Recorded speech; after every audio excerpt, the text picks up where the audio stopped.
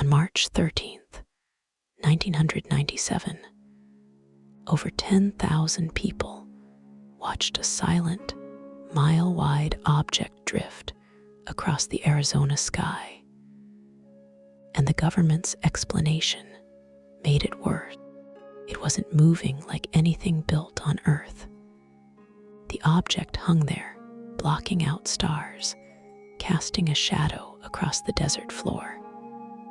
No sound, no propulsion signature, just absolute geometric silence sliding across the night. Below, drivers pulled over. Families stepped onto their lawns. Nobody had words for what they were seeing. Rewind to 8:15 p.m. Phoenix, Arizona. The first call came into local news. A Phoenix resident reported lights, plural, structured, moving in formation over the city. Within minutes, the calls flooded in. Not cranks, teachers, pilots, doctors, all describing the same thing: a massive craft, estimated at a mile wide, silent, deliberate, crossing from Nevada into Arizona airspace. The sighting lasted over 300 seconds. That's not a glimpse. That's not a blink. That's time enough for thousands of people across 2 states to grab cameras, call their families, stand in their yards, and watch something fundamental slip across their understanding of reality. The object had structure. Witnesses described a triangular or boomerang shape, lights along the edges, a massive dark core blocking the stars behind it. Some saw a beam of light drop from the craft toward the ground. Others swore they felt vibrations. The craft moved at a speed that defied conventional aircraft, hovering, then accelerating, then hovering again. By 10 p.m., it was gone. The object vanished as silently as it arrived, but the witnesses remained. Over 10,000 people had seen it. News stations fielded calls all night. The next morning, Phoenix woke to a phenomenon that couldn't be rationalized away by a single eyewitness or a weather balloon story. The military knew. Luke Air Force Base was minutes away. The pilots knew. The controllers knew, and they said nothing. For hours, the government maintained silence. No statement, no explanation. Just the weight of 10,000 witnesses and one unanswered question hanging over the desert. Then came the explanation. A week later, the Air Force released a statement.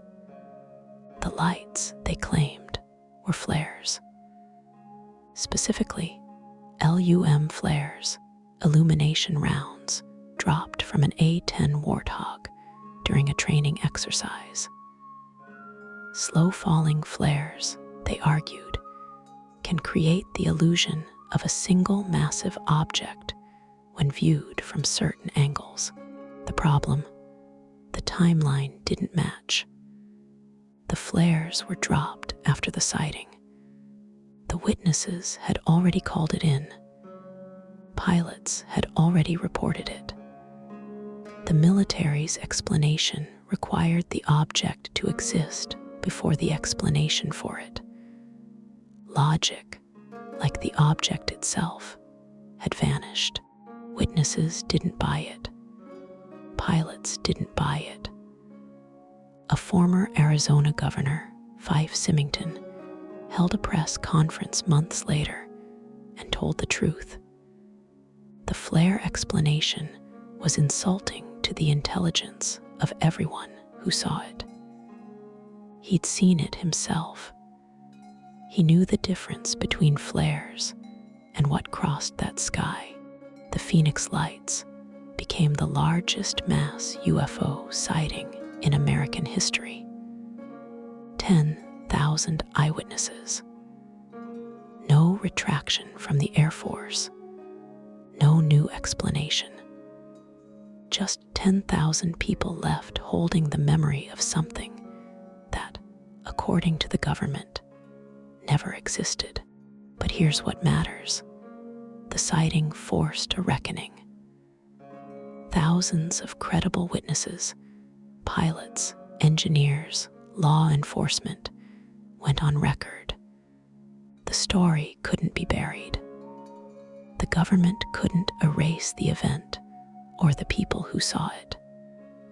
Silence became its own kind of confession. The Phoenix Lights revealed something darker than the mystery itself. The willingness of institutions to insult the public's perception rather than admit uncertainty. The government didn't need to explain the object. It needed to explain the lie. And that failure is the real story. Subscribe for a new unsolved case every week, where the evidence matters more than the official story. Subscribe for a new unsolved case every week, where the evidence matters more than the official story.